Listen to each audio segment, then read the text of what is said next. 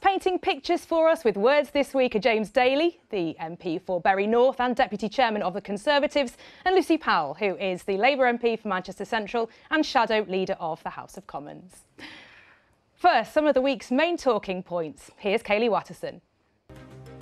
Millions of litres of sewage was illegally pumped into Windamere in February. This is about the exploitation of England's largest lake. While 5 new sites will have their water monitored after being designated for wild swimming. Yes, the water quality is of concern, and I really think that the powers that be should be putting in extra drainage. But I've swum in the lake, and many other people have as well. So, James, is there a more damning indictment of the failure of privatisation than raw sewage floating on Lake Windamere? Well, I think that's not the full story of this, is it? This was a... I'm not going to be able to use the technical language, but this was a mistake by United Utilities. They've accepted that was a mistake in terms of their pumping station in this particular situation. I think the bigger question is, in respect of when these breaches happen, and they are admitted by the water companies, is the enforcement action that the Environment Agency take.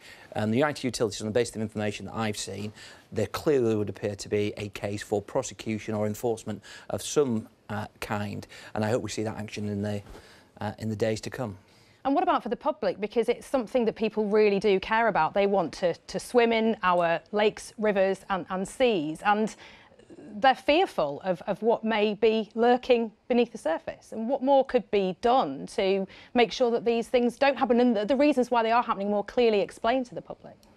Well, I've also obviously said what's happening in respect of Lake Windamere, and that's quite clearly a matter for United Utilities and how they are carrying out their duties. Yeah, but it's not just Lake Windamere, is it? It's the coast, it's the rivers, it's the River Dee, it's the coast off New Brighton.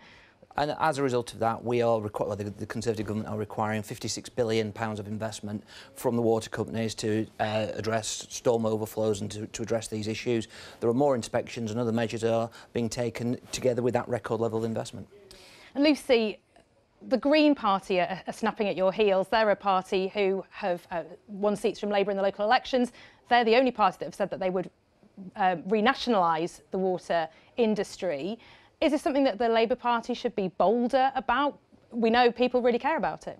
People do really care about it, and I think the complacency we're seeing from the government about this issue, really is quite appalling, because time and again, as you say, we are hearing these reports of major discharges, sewage in our rivers, in our lakes by the water companies, and United Utilities, which is the one that covers most of our region too. So we think action can be taken today, and we think action can be taken very quickly to give Ofwat, which is the regulator of these water companies, new powers to bring criminal charges, if necessary, against water bosses, and also to take action about the bonuses that are still being paid. So the United Utilities boss and company were allowed to issue £5 million of bonuses to bosses in just recent years, when in fact it turns out that probably a lot of their reporting was under-reporting of these sewage discharges, but we can all see it in all our rivers and James, lakes you wanted in the to come in there. Well, James, I do agree with a lot of that, apart from obviously the government's, what Lucy says about the government. But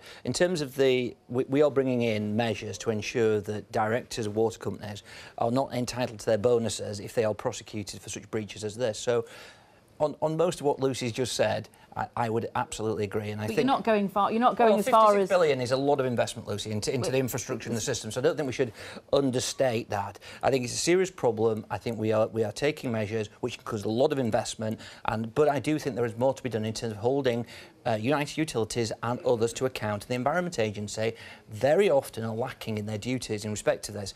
The point about, I'm sorry for carrying on, but the point about the criminal powers for Ofwat, there is a question about the duplicity of powers in terms of the regulator.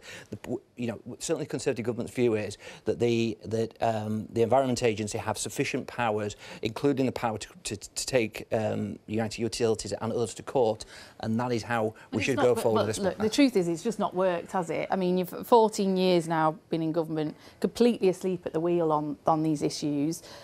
Sewage and the state of our water, the health of our waterways has got worse. That's why we've seen a skyrocketing of waterborne diseases. People coming to hospital with waterborne diseases, like with some Victorian country, people coming to hospital with dysentery and things like that, as well as all the environmental impacts of that. So action has been taken by the government more recently, but it's not going far enough. It is too little too late, and we do have quite a big, bold plan about how we can make sure that water bosses' bonuses and water companies are held more to account. Very briefly, James. All I just wanted to make the point was, you know, there's some very fair points there, but we've got to hold United Utilities to account. In terms of the Lake Windamere incident, there's a wider question which we're talking about. It is their fault, and therefore we need to see in the coming days and weeks the appropriate enforcement action taken. And you have said that, and you both clearly agree on that issue.